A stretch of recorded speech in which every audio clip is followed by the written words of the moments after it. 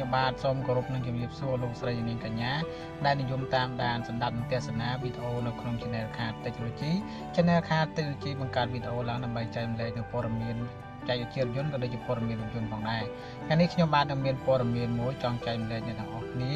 តាក់ទងទៅនឹងនីតិវិធីក្នុងការជួសជុលយន្តបាទក៏ប៉ុន្តែសូមកុំភ្លេចនៅពេលដែលខ្ញុំចែកចាយបងប្អូនរួចហើយសូមបងប្អូនមេត្តាចែកចាយបន្តដើម្បីឲ្យបានដឹងទាំងអស់គ្នាផងដែរតាក់ទងវីដេអូថ្ងៃនេះគឺខ្ញុំលើកយកវីដេអូតាក់ទងទៅនឹងLuxus បាទ RX 350H បាទវាមានបញ្ហាប្រព័ន្ធ check hybrid system បាទដូច mistake នេះ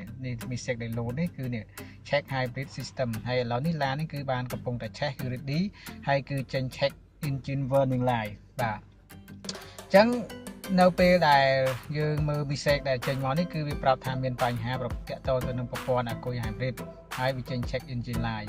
បាទអញ្ចឹងដើម្បីឲ្យដឹងថាតើបញ្ហាដែលវាចេញនឹងតាក់ទងទៅនឹងអីអញ្ចឹងគេទាមទារយើងរកកន្លែងធ្វើសេវាកម្មបាទឬក៏កន្លែងជួសជុលហ្នឹងបាទអញ្ចឹងយើងចាប់ដើម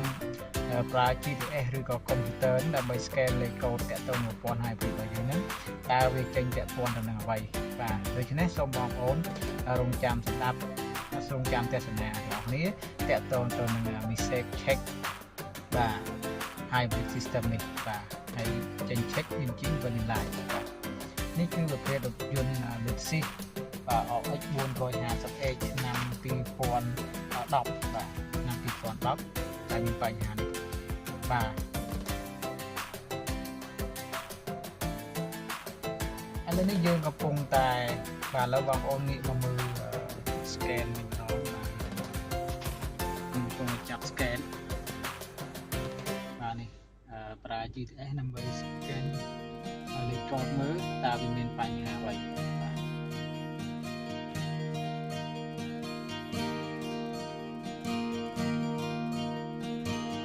បាទនេះគឺជាប្រភេទរថយន្ត Luxus បាទ350ពេកបាទសំទោស450ពេក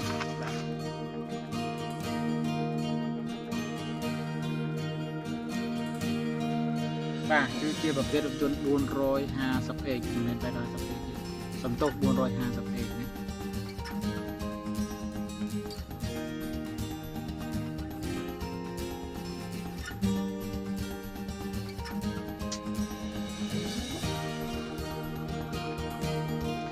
បាទរថយន្ត 450A នេះគឺវាលោតដាក់ថា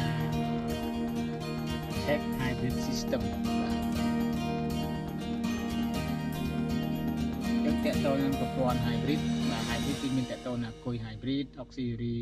battery បាទ hybrid battery ជាដើមវាអាចខ្សោយខ្លាំងណាមួយឬក៏ pack របស់ battery នឹងខ្សោយអីចឹងណាបាទខ្សោយតាម block អីចឹងទៅបាទអញ្ចឹងយើងទាមទារឲ្យយើងនឹងមើលឯកសារ reference repair manual ឬអីចឹងទៅហា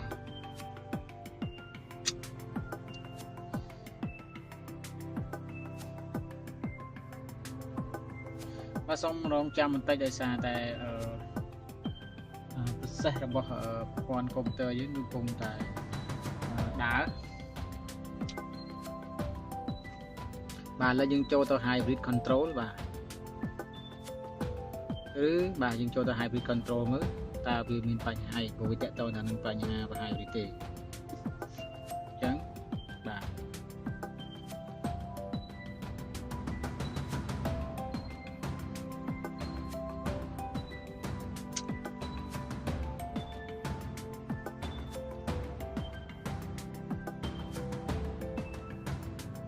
បាទអញ្ចឹងគឺលេខកូដបាទលេខកូដដែលវាចេញហ្នឹងគឺ P0A80 បាទ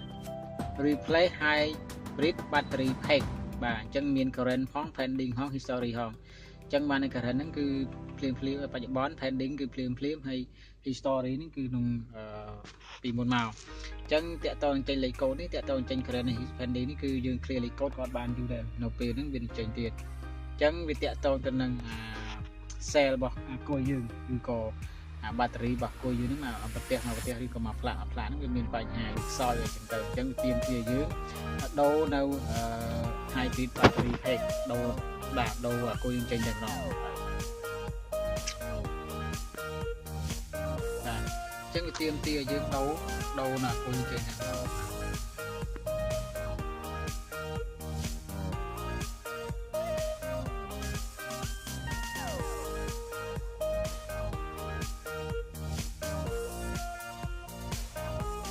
បាទសូមអរគុណសម្រាប់ការទស្សនាបងប្អូនទាំងអស់គ្នា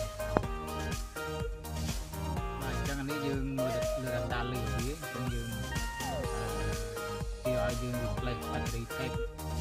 បាទអញ្ចឹងបន្តមកយើងចូលទៅមើលបាទ tape បាទរបស់វានេះប្លុករបស់វានេះមាន battery វ៉ុល1 2ដល់វ៉ុល15ហ្នឹងខ្ញុំខ្សោយមួយហ្នឹងមើលតាមនេះហើយយើង confirm ទៅវិទ្យាល័យមើល confirm មើលតាខ្សោយប្លុកមួយណាអញ្ចឹងណាបាទអញ្ចឹងវាធ្លាក់នេះធ្លាក់ដល់21 20អញ្ចឹងណាធ្លាក់ខ្លាំងបាទអញ្ចឹងខ្សោយទាំងអស់ហ្នឹងបាទធ្លាក់ដល់20ហើយអញ្ចឹងយើងចង់ដឹងថាតម្លៃវាពេញប្រមាណល្អគឺយើងអាចទៅរើ replace manual បាទ